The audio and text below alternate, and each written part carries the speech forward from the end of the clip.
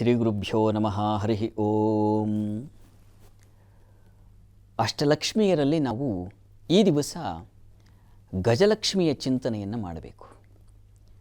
ಯಾರು ಈ ಗಜಲಕ್ಷ್ಮಿ?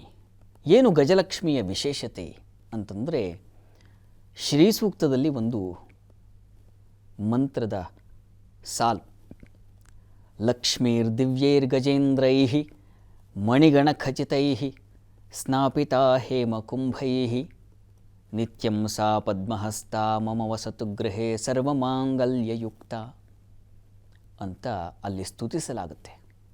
ಲಕ್ಷ್ಮೀರ್ ದಿವ್ಯೈರ್ ಗಜೇಂದ್ರೈ ಮಣಿಗಣಖಚಿತೈ. ಆ ಲಕ್ಷ್ಮಿಗೆ ಸ್ವರ್ಣದ ಸೊಂಡಿಲು ಇರತಕ್ಕಂಥ ಗಜ, ಆನೆ ನೀರನ್ನು ಸಂಗ್ರಹಿಸಿ ಅಭಿಷೇಕವನ್ನು ಮಾಡುತ್ತಂತೆ. ಗಜ ಆಕೆಯ ವಾಹನ ಅಂತಲೂ ಒಂದು ನಂಬಿಕೆ ಇದೆ. ಹೀಗಾಗಿ ಆ ಗಜ ಅಂತಕ್ಕಂಥದ್ದು ಏನನ್ನು ಪ್ರತಿನಿಧಿಸ್ತಾ ಇದೆ ಅಂತಂದರೆ,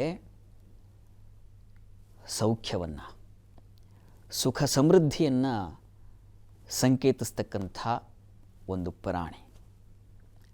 ಅಷ್ಟೇ ಅಲ್ಲ, ಶ್ರೀ ಸೂಕ್ತದಲ್ಲಿ ಮತ್ತೂ ಒಂದು ಮಂತ್ರವನ್ನು ನಾವು ಕಾಣಬಹುದು.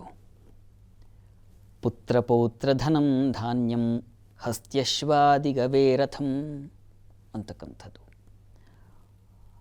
ಈ ಗಜಲಕ್ಷ್ಮಿಯನ್ನು ಆರಾಧನೆ ಮಾಡೋದರಿಂದ ಪುತ್ರ ಪೌತ್ರ ಧನಂ ಧಾನ್ಯಂ ಹಸ್ತ್ಯಶ್ವಾದಿಗವೇರಥಂ, ನಮ್ಮ ಪ್ರಯಾಣಕ್ಕೆ ಬೇಕಾಗಿರತಕ್ಕಂಥ ಎಲ್ಲ ಬಗೆಯ ಅನುಕೂಲಗಳನ್ನು ಈ ಗಜಲಕ್ಷ್ಮಿ ಮಾಡಿಕೊಡ್ತಾಳೆ.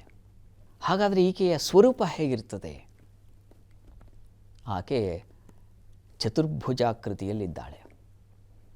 ಎರಡು ಕೈಗಳಲ್ಲಿ ಕಮಲಗಳನ್ನು ಹಿಡಿದು ಮತ್ತೆರಡು ಕೈಗಳಲ್ಲಿ ವರದ ಅಭಯವನ್ನು ನೀಡ್ತಾ ಇದ್ದಾಳೆ. ಅಂಥ ಸ್ವರೂಪದಲ್ಲಿ ಆ ಗಜಲಕ್ಷ್ಮಿ ಕಾಣಿಸ್ಕೊಳ್ತಾಳೆ. ಈಕೆಯ ಆರಾಧನೆ ಹೇಗೆ ಅಂತಂದರೆ, ಈಕೆಗೆ ಮೊರದಲ್ಲಿ ಅಕ್ಕಿ, ಬೇಳೆ, ಬೆಲ್ಲ ಈ ಧಾನ್ಯಗಳನ್ನು ಇಟ್ಟು, ವಿಶೇಷವಾಗಿ ಬೂದು ಬಣ್ಣದ ರವಿಕೆಯನ್ನು ಆ ಮೊರದಲ್ಲಿಟ್ಟು, ದಳಸಹಿತವಾದ ಕಮಲ ಪುಷ್ಪವನ್ನು ಅದರ ಜೊತೆಗೆ ಸೇರಿಸಿ ಆಕೆಗೆ ಸಮರ್ಪಣೆಯನ್ನು ಮಾಡಬೇಕು. ಆಕೆ ಸ್ವೀಕರಿಸುವಂಥ ನೈವೇದ್ಯ ಎಂಥದ್ದು ಅಂತಂದರೆ, ಇಕ್ಷುರಸ, ಕಬ್ಬಿನ ಹಾಲು. ಆನೆಗೆ ಅತ್ಯಂತ ಪ್ರೀತಿಪಾತ್ರವಾಗಿರತಕ್ಕಂಥದ್ದು ಯಾವುದು ಅಂದರೆ ಅದು ಇಕ್ಷುದಂಡ. ವಸ್ತುತಃ ಮಹಾಲಕ್ಷ್ಮಿಗೆ ಇಕ್ಷುದಂಡಿ ಅಂತಲೂ ಹೆಸರಿದೆ. ಕಬ್ಬನ್ನು ಹಿಡಿದಿರ್ತಕ್ಕಂಥವಳು ಅಂತಲೂ ಹೆಸರಿದೆ. ಅದರ ಸಂಕೇತವೇ ಈ ಗಜ. ಹೀಗಾಗಿ ಆ ಇಕ್ಷು ರಸವನ್ನು ಮಹಾಲಕ್ಷ್ಮಿಗೆ ಸಮರ್ಪಿಸುವುದರಿಂದ, ಗಜಲಕ್ಷ್ಮಿಗೆ ಸಮರ್ಪಿಸುವುದರಿಂದ ಗಜಲಕ್ಷ್ಮಿಯ ಅನುಗ್ರಹವಾಗುತ್ತೆ ಮತ್ತು ನಿಮ್ಮ ಎಲ್ಲ ನಿತ್ಯ ಬದುಕಿನಲ್ಲಿ ನಡೀತಕ್ಕಂಥ ಎಲ್ಲ ಪ್ರಯಾಣ ಚಟುವಟಿಕೆಗಳಿಗೆ ವಿಶೇಷವಾದ ಅನುಗ್ರಹ ಪ್ರಾಪ್ತವಾಗುತ್ತೆ.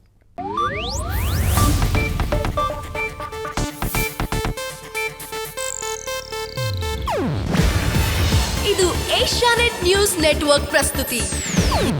ನೀವು ನೋಡ್ತಿದ್ದೀರಾ ಏಷ್ಯಾನೆಟ್ ಸುವರ್ಣ ನ್ಯೂಸ್.